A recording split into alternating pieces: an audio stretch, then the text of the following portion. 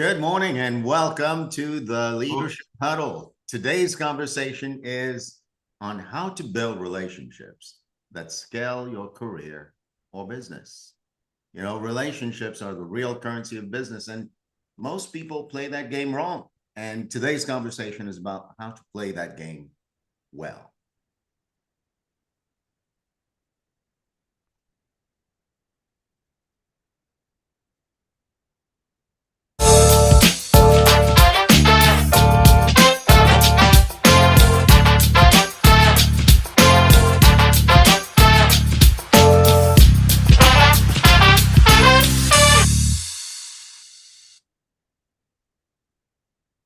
Good morning, Gio. Good morning, Saurel. In the game of relationships, Gio, one of the relationships in my life that has stood the test of time is my relationship with you. And I think a lot of what we're going to create in this conversation will both serve as a way to reconnect us to a relationship that indeed has scaled not just my career or business, but also my life. And I intend and hope that what we share and create today will create that space where others too can have relationships that scale their business, their career, and their life. So thank you for being in my life, brother. You're welcome, brother. Thank you for saying that. Thank you for starting that way. You know, one of the things that is often in most people's minds, right, is how do I grow in my career, or how do I grow my business? And what becomes unavoidable is through people. You grow your business or your career through the relationships that you have with people, and that there is a whole conversation, there's a whole world that we can point to when it comes to networking, right? When there is a networking event or any sort of event where people are networking, for the most part, you and I or people think, oh, let me go to that networking event so I can get what? Contacts. Don't we So all I want can collect names and business cards, right? So mostly contacts. People don't want to collect names on business cards, but they do want contacts. They end up collecting names on business cards, but that's not what people want. People want contacts, right? And then when someone works for a corporation or a rather larger business, then we go to those happy hours so that we can develop relationships with people, so that down the road you can have a relationship that can give you a leg up, right? That can help you grow in one's career. However, for the most part, it becomes, and people can't quite see it at the beginning, but it becomes very agenda driven. Like, okay, I'm going to go to that networking event so I can have more contacts. And because it is agenda driven, not relationship driven, because it's agenda driven, what ends up happening is what you were just saying. I end up getting a bunch of names, a bunch of business cards, or a bunch of names on my cell phone, or if people are using social media, a bunch of people on my social media, but I have absolutely no connections. People have absolutely no connections. Yeah. So let's talk about that. Let's dive in. Well, how to create real relationships? Go ahead, Saurel. Yeah, Gio. You're taking me way back to my beginning in the corporate world, and I remember going to networking events and maybe happy hours, like you're saying, uh, looking confident. Well, like really, like dressing up to look confident, but really on the inside, feeling as if uh, it wasn't going to go right. I wasn't going to connect. I wasn't going to get contacts. I would collect business cards and then they would pile up in a drawer in my desk. And I'd never muster up what I needed to muster up to call those people and actually do what I needed to do and could do to build real relationships and make connections. So this conversation for me, Gio, is not about knocking down or talking, making networking the way people are doing it wrong, but really to connect to what it is for a human being to confront the difficulty or even the unwillingness sometimes to do the work that's needed to reshape my thinking and reshape the way I see life so that I can pause and go beyond the transaction, go beyond the surface level networking, and go beyond my own scarcity thinking that says, you know what, I cannot build my business by myself. I need somebody else's help, but not in the way we were talking about community earlier, more in the way of, I don't have it, they do, and I really need them. So I can relate to the challenge uh, associated with building real relationships. Yeah, and I think that for me, Saurel, is that I think that a lot of people are dealing with without knowing it, without seeing it. It's kind of like unconscious. Is that the notion of I gotta have more contacts so I have more opportunities. More contacts, more opportunities. Yeah. More contacts, more opportunities. And so then it becomes maybe in your case, let me dress up, right? Right. Let me look good. I'm gonna do that, right? In your case, looks that way. For me, it certainly was, let me just show up, because the more contacts I have, the more opportunities I have. However, and that although it makes sense at the if one plays the number games, it sort of makes sense. However, what ends up happening, and I think that anyone listening to this call is dealing with that without seeing it, sorry, is that absent of deepening a relationship with one person, or absent of being really curious about who the other person is, absent of having some authentic connection, it really doesn't go anywhere. It doesn't go absolutely anywhere. And people do end up having a lot of business cards, a lot of contacts, but never having a relationship that actually supports the possibility of scaling one's career, right? Or growing one business. So it's very counterintuitive. It seems that, okay, if I meet a lot of people, then I have a greater chance. However, it's not about meeting a lot of people. And this is very counterintuitive. Yeah. It's not about meeting a lot of people. It's about connecting with the people you meet. Go ahead, Saurel. Yeah. And, you're talking about meeting a lot of people, Gio, and I'm picturing the environments in which networking events happen. People who curate them would say, well, the more people show up, the better this event. And that too is counterintuitive. You could go to a networking event I'm seeing right now where there are 5, 10 people, and then you choose to spend time with two and do something that's counterintuitive, which is to actually spend more time with one person than being like a butterfly or bee that's resting on every flower.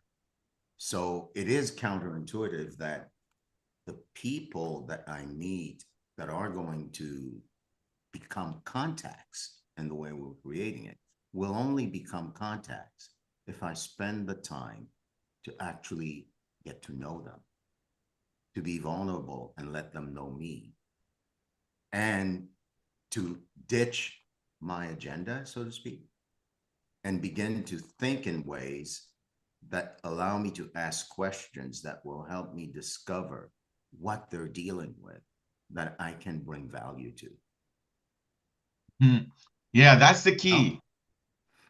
That's absolutely the key, right? So in this business of how to create relationships that scale my career and scale my business, or how to create relationships that scale your career, your business. Now, instead of going to many, we're going to focus on one. Focus on one person, and this is it requires practice. And certainly, the people that have advocated for me to help me introducing me to billion-dollar companies and to help me introduce me to events or networks of thousands of people, is because I have a deep relationship with that person.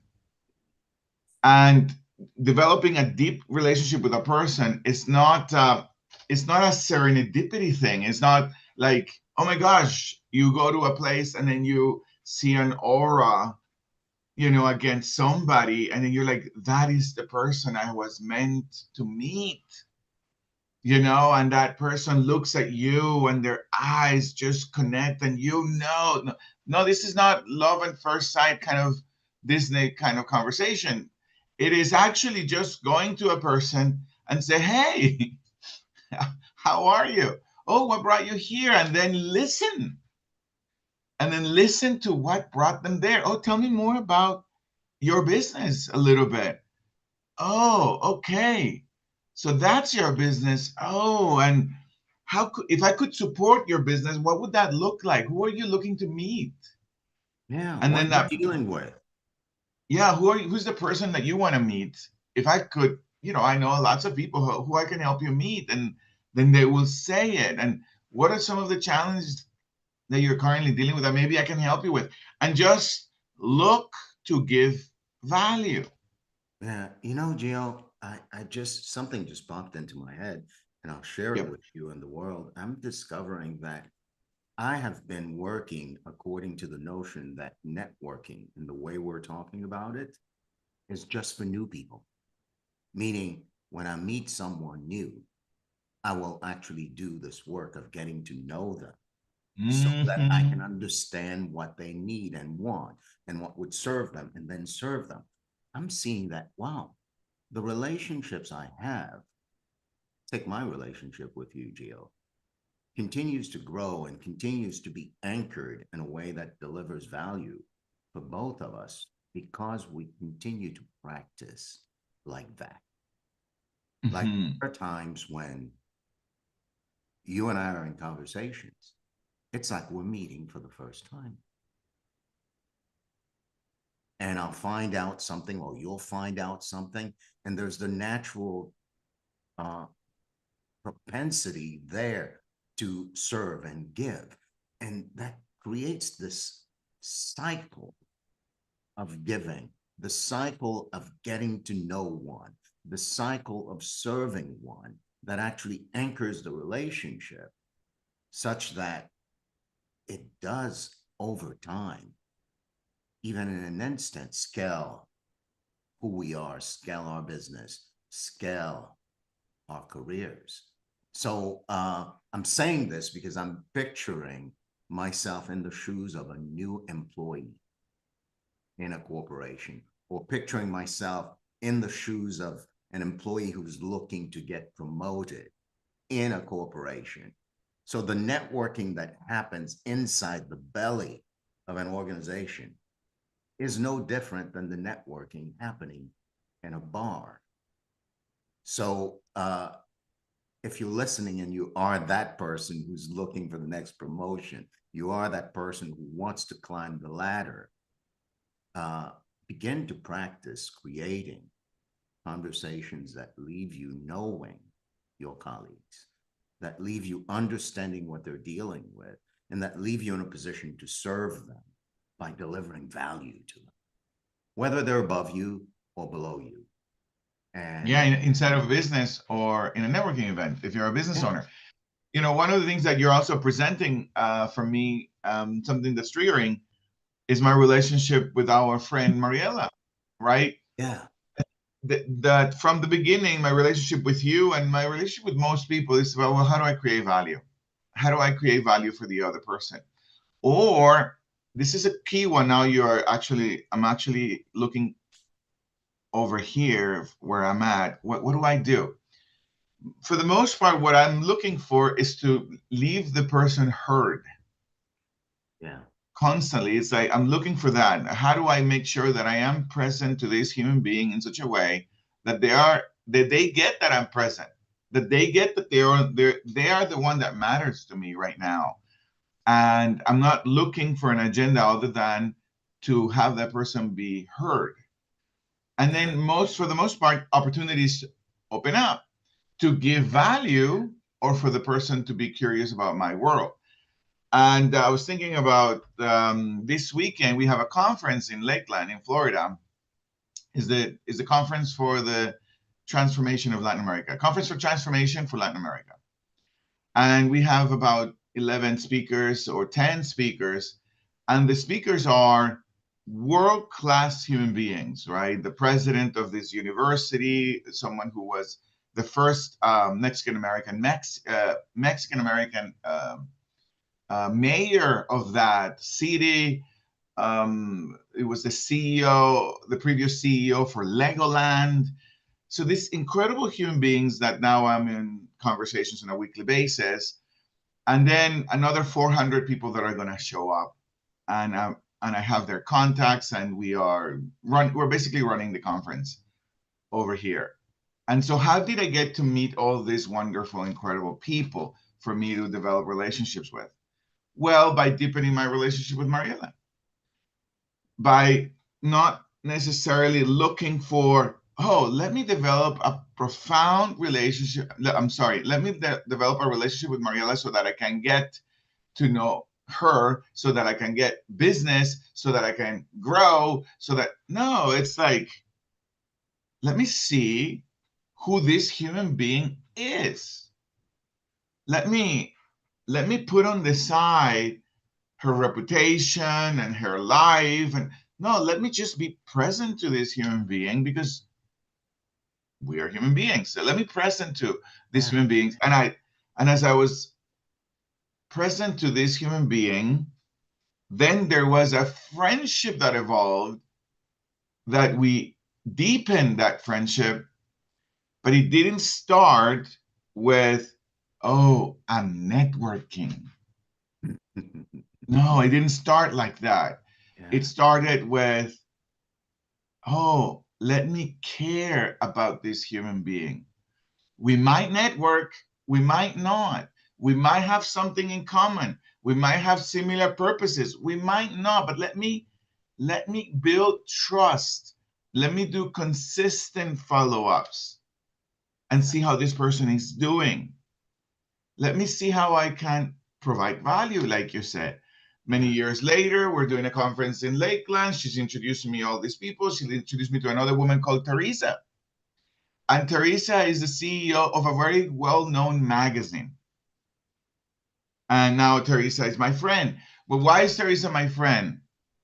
Well, not because I have an agenda of doing networking. No, it's because, oh, how can I provide value to her life? And the way I see it, Saurel, and I love to hear what you're thinking, and the way I see it is,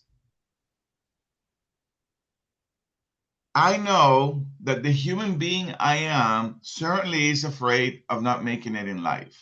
Certainly, I want my business to grow. Certainly, I want my career to grow.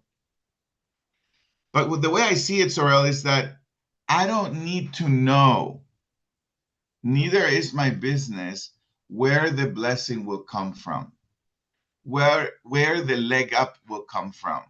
I don't need to know that. Let me just give value to the person I have in front of me. Let me see how I can create that opportunity. If it comes from that person, great. But if it doesn't, let me just be in life, not needing to know where it comes from. Let me provide value to people, person to person to person. Okay, what are you getting? What are you hearing? Gio, this is it's a fascinating way to live. While this conversation began as how to build relationships that scale my business or my career, I'm now seeing what we're talking about as a way to live. You're saying, I don't need to know where the blessing's going to come from. I don't need to know if I'm going to get anything in return. So what if every relationship that I have in my life is inside of that context? A context that says, I wake up today, Gio, just because I've known you for a long time doesn't mean I know you. What if I could be like I don't know you? And I get really curious and continue to probe. And yet another layer gets discovered by me. And I think over time, what has happened, Jill, you're talking about, I don't need to know where it's coming from. In a moment when we're interacting, or I'm interacting with someone else, and we're in that zone, it's almost as if the agenda called "What's in it for me" cannot live in the same space as the intention of serving you, of getting to know you, of really deepening our relationship. Like the two cannot mix. You know, it's tough for me right now to be thinking about how am I going to benefit from partnering with you in this conversation, right? Like the two don't exist. So No, can I add something, Saurel? yeah, Um, it was a mentor of mine who said, "No, it's about always adding value. yeah, It's always about adding value and caring about the person you have in front of you." So I started in the world of sales, Sorrel. I started making a lot of calls, either people I would call that don't even know me, or people that I get a phone number for, and then I call them to see if there is an opportunity in whatever service I was providing at the time or product I was providing. And one of the things that is fascinating for me, Sorrel, is that some of my greatest friendships have come from a cold call. Some of my greatest friendships, like one of them is, as you know, is Anna from Florida. It was a call that I received her contact from a form she filled out. And when I called, I was like that book, Make Friends, and influence people. I called just to make a friend, not to sell a product. It's like, what are you dealing with? And what do you care about? And why is this important to you? And just to make a friend. And that conversation, that little conversation that it was supposed to be in the context of a in the framework of a sales call, became a lifetime friendship. Another one is our own Dr. Ogando, Sorrel. yeah, Monica. Monica called me because I filled out a form for a business that she was supporting at the time. And we just started talking. It was inside of the framework of the frame of that conversation, whatever that business was about. But then it's like, oh, well, tell me more about that. Oh, you tell me more about that. Oh, well, why don't you, you sound amazing. What I want to introduce you to Sorrel. She's like, what? Yeah, we have this thing. You got to come. And this was from a cold call, and those two friendships and many other friendships have truly led me to meet wonderful people who have built my career and my business. yeah, Right? So yeah, what you're saying is critical. It's one, meet people always as if it was the first time. yeah, And because it always is the first time anyway. And provide value, care, and add value. And don't live your life. I like how you say it. Live your life as if you don't need to know where the blessing is coming from. You don't need to know. Sorrel, would you like to open it up to others and see what yeah. they're hearing? Let's open it up on that note, man. It's like, yeah, I want to hear what you're hearing inside of this conversation. Maybe what you want to share. Mary Pat, go ahead. Yeah, this is a really great conversation. And what I'm hearing is that actually relationships are alive. They're not alive or dead. They either are alive or they're dead, one or the other, right? And just ongoingly to be curious and wondering and be in conversation with people. And I just while we were on this call, I'd been at an event the other night and someone that I hadn't seen for a long time. And I was curious and wondering how he was and everything. He just reached out and he said, "Is there any way we can have lunch today?" And he said, I just was so moved by your interest in who I am. Because he's a very successful man. He has Parkinson's now, and different things have changed for him. But I didn't let any of that get in the way. I just Mm. was interested, and I wanted him to leave the time feeling valued. And he did, apparently, because he's like, wow, I just want to spend more time with you. So, anyway, it's just alive. It's literally alive. And those agendas and all those things have to be put aside. Any attachment has to be put aside and just be with you. So thank you for allowing me to be with you today. Thank you for being with us, Mary Mhm. Pat. You're saying something that's touching me over here, is that in and it's connected to something that Laura was asking, is this chemistry?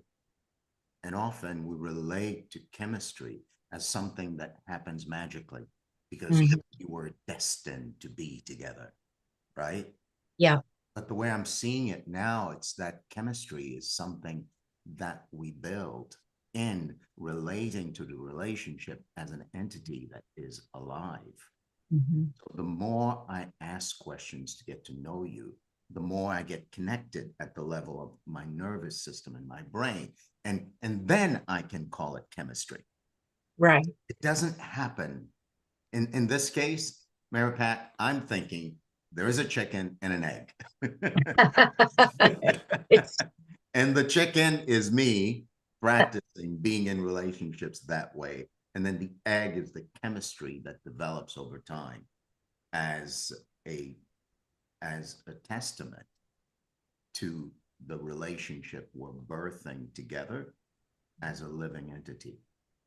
So yes, and it's just alive. I mean, for me, I just felt aliveness as you all were talking about. I was like, yes, that's exactly what relationships are. Curiosity and wonder and sharing and all of that. yeah. That's what they're all about. So thank you all. Rashida, come on. Ah, thank you so much. I am so, so blessed, and I give thanks to be here this morning. I just, I went through the rabbit hole. I went through to look into my bucket of nugget. I am so, so, so grateful for the topic this morning. And why I'm saying that is because I have friends, and I have friends. I have friends for 47 years. I have friends for, I would say, it's 5 days. But the takeaway that you get from each individual that you encounter with, business wise, relationship wise, neighbor, it's just so deep, so, so, so deep. And I will go back with the unconditional. When you are a friend, a true friend, is something that you don't have measure.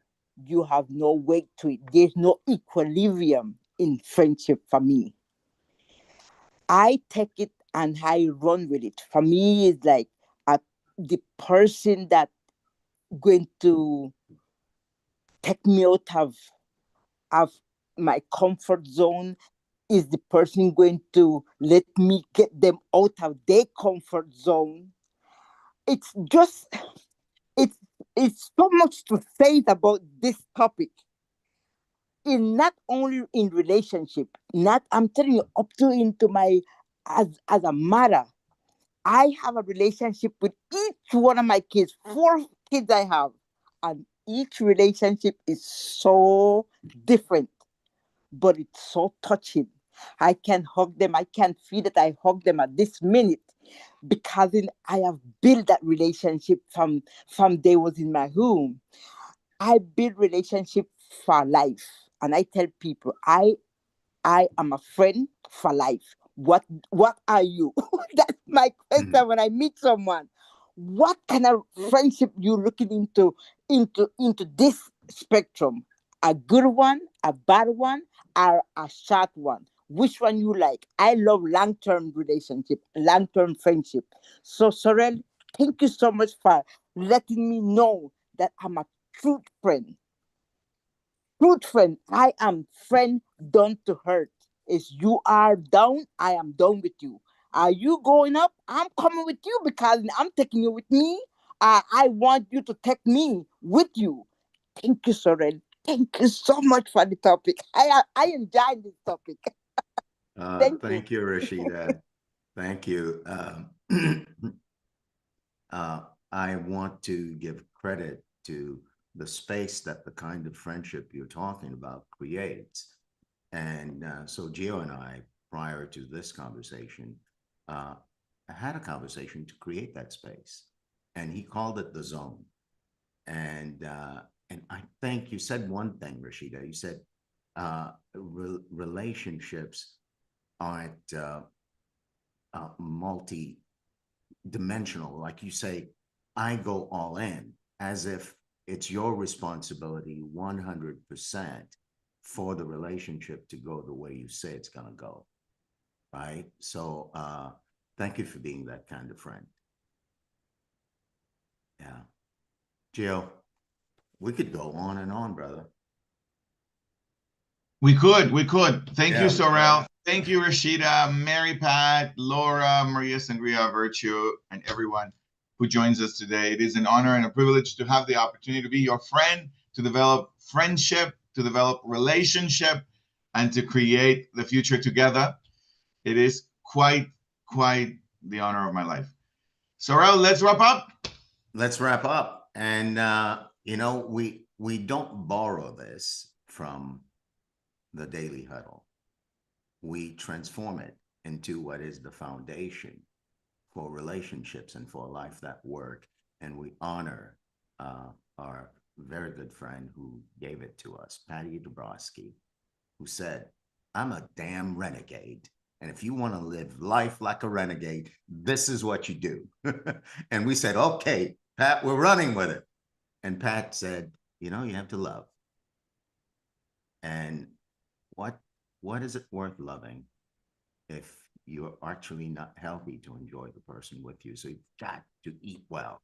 You've got to stress less. You've got to laugh out loud as if no one is watching. And when you do all that, your body. You gotta move. Yeah, and you know, you move and you sleep. You gotta move every day. Yeah, move every day and sleep well. Get some rest. And last but not least, we have Dr. Ogallo to thank for the last one. Check your assumptions. Check yourself before you wreck yourself. When all else fails, ask questions, learn more, serve more. And you'll end up loving more and having more. And Saurel, and as Maria Sangria says, until further notice, celebrate everything. Bye-bye.